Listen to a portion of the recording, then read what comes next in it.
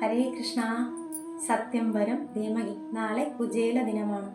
64 ദിവസത്തെ പഠനം കൊണ്ട് ഭഗവാന്റെ ഏറ്റവും വലിയ സുഹൃത്തും മഹാഭക്തരുമായി മാറിയ കുചേലൻ കൊടിയ ദാരിദ്ര്യത്തിലും ഭഗവാനെ മാത്രം സ്നേഹിച്ചും സ്മരിച്ചും ജീവിച്ച ആ മഹാഭക്തനല്ലേ കുചേലൻ. ഭഗവാൻ അവൽ സമർപ്പിച്ച ദിനമാണ് കുചേല ദിനം എന്ന് അറിയപ്പെടുന്നത്. പക്ഷേ സമർപ്പിച്ചു എന്ന് പറയാൻ പറ്റില്ല. കാരണം എന്താണ്, ഞാൻ എങ്ങനെ ഈ മുഷിഞ്ഞ അവൽ ഭഗവാന് കൊടുക്കും എന്നിങ്ങനെ കുചേലൻ വിഷമിച്ചിരിക്കുന്ന സമയത്ത് ഭഗവാൻ ഒറ്റ ചാട്ടം കൊണ്ട് ആ അവൽപ്പൊതി കൈക്കലാക്കി എന്നാണ് കുചേലോപാഖ്യാനത്തിൽ പറയുന്നത്.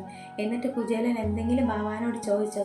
ഒന്ന് മാത്രമേ ചോദിച്ചുള്ളൂ, വരുന്ന ജന്മജന്മാന്തരങ്ങളിൽ ആ ഭഗവാന്റെ സുഹൃത്തായിരിക്കാൻ അനുഗ്രഹിക്കണേ ഭഗവാനെ എന്നാണ് കുചേലൻ ഭഗവാനോട് പറഞ്ഞത്. ഭഗവാനോ ആ അവൽപ്പൊതി കഴിച്ചിട്ട് ആ താമരക്കണ്ണുകൾ കൊണ്ട് കുചേലനെ ഒന്ന് കടാക്ഷിച്ചതേ ഉള്ളൂ. ദ്വാരകയിലുള്ളതിനേക്കാൾ സമൃദ്ധി കുചേലന് കിട്ടി അല്ലേ? എല്ലാവർക്കും അറിയാവുന്ന കഥയാണ് കുചേലോപാഖ്യാനം.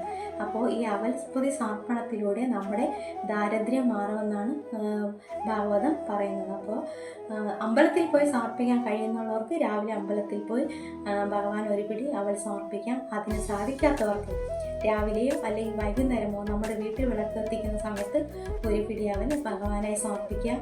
അതിലൂടെ നമ്മുടെ ദാരിദ്ര്യവും മാറി ഭഗവാന്റെ ഒരനുഗ്രഹത്തിനായി നമുക്ക് പ്രാർത്ഥിക്കാം. എല്ലാവർക്കും അതിന് സാധിക്കട്ടെ എന്ന് പ്രാർത്ഥിക്കുന്നു. ഹരേ കൃഷ്ണ. സത്യം വരം ധീമഹി.